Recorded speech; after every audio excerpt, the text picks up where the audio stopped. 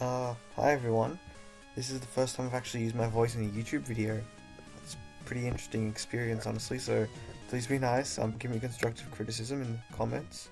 But the first thing I'm doing is visiting a website called danball.jp. It's actually a website that is quite nostalgic for me, as I used to go on it when I was younger. I really only played Powder Game though, Powder Game 2, as you can see I'm hovering over it with my mouse. So first we'll be looking at that, but then we'll be looking at some of the other games on the website. Alright, I don't have to worry about editing and all that, so I can edit things. Well, this is pretty much how I remember Powder Game. You've got powder. I remember a really cool trick was you could use fireworks and fire to make this. It looked a lot more awesome when I was a kid. That's new. They've added fish. So the whole idea of Powder Game was that it was like the Powder Toy but online and in Java.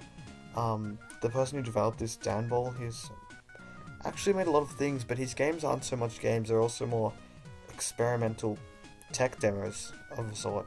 But they're actually really fun to play anyway. Crystal, I've never heard of that. And I remember that you could do this trick where you put metal in a box and create some lasers, and they should reflect. I remember always finding that quite cool. So this is Powder Toys. Some other things that are interesting are that you could always find other people's works online. Let's take a look at some of them.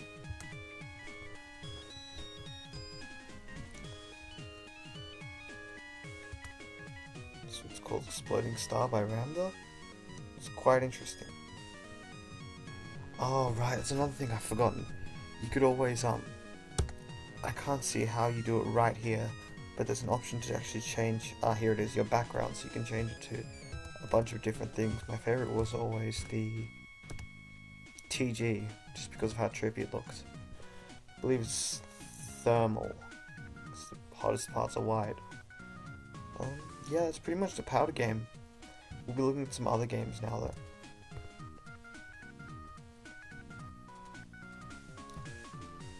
Earth Editor. So, as I said, this guy mainly made tech demos more rather than games. Most of them are quite interesting. This one seems a lot like Powder Game with less elements, and you've got gravity to deal with. It's interesting to make a type of Earth like this. Add meteors to... oh, creators. Clone feature, oh, I remember that. So clone to make water and sound. It's like a randomly generated universe.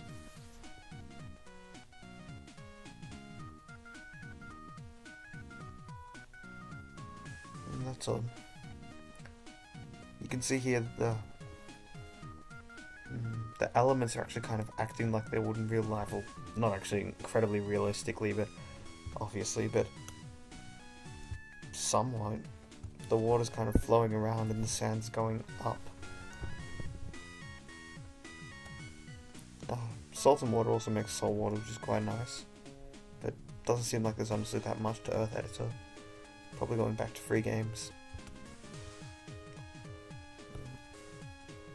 What is Font Game? Oh. Well, this one seems a bit more like Mr. Doob kind of style. If you don't know who Mr. Doob is, he's someone who messes around with tech in Java. I might visit some of his websites in later reviews. But yeah, it just seems like all this has got is... oh, you can choose colour. It's cool. Scatter. Ah.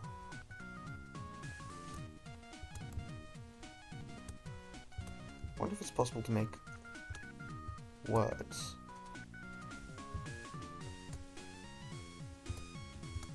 Let's see how long it takes to get a functional word.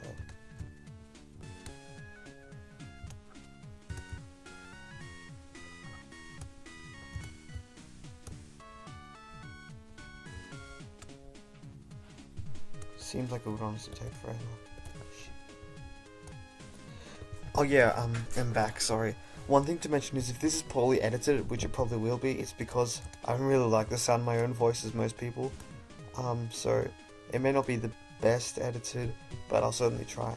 Oh, you can see here we've got two curly brackets. Quite interesting.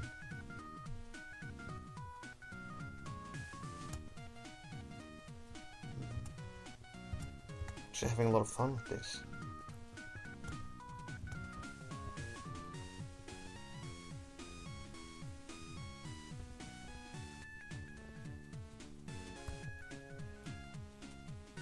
Suck. The next game I'm probably going to try out, might try out Irritation Stickman. This one actually seems like a real game. I remember playing a bit of it, but like I said, I mainly spent my time on the power game, so... Oh, maybe it's not working. I don't really want to open up any new tabs, so I've got my OBS kind of... I'm happy with it right now. Right, well then.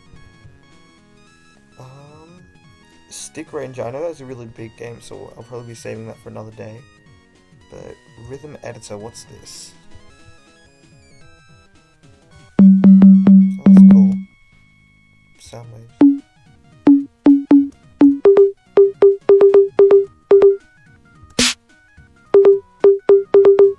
That doesn't change anything.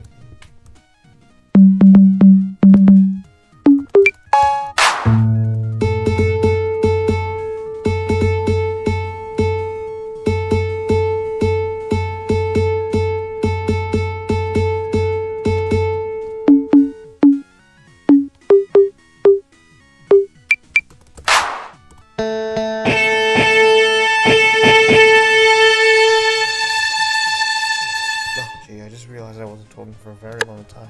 There's a good reason for that, it's because this is just so mesmerising. A very fun game.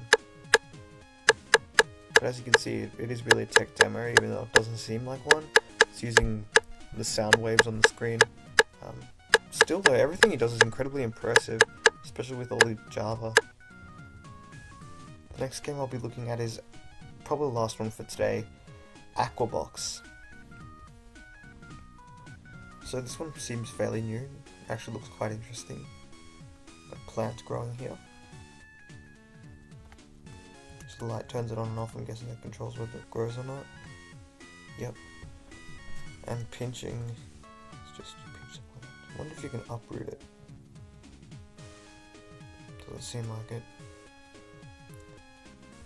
Yeah, Danball is very good at actually making ragdoll physics, especially in 2D games.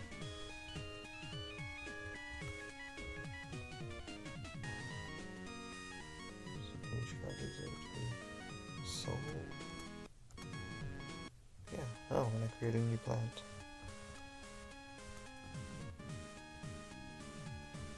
So we'll sell that. It's going to be quite beautiful. I think this game is actually quite relaxing, honestly.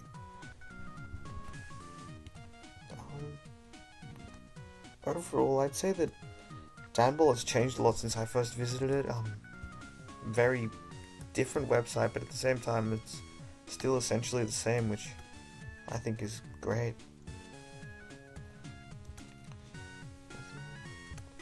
Still, it's good to see he's still making games.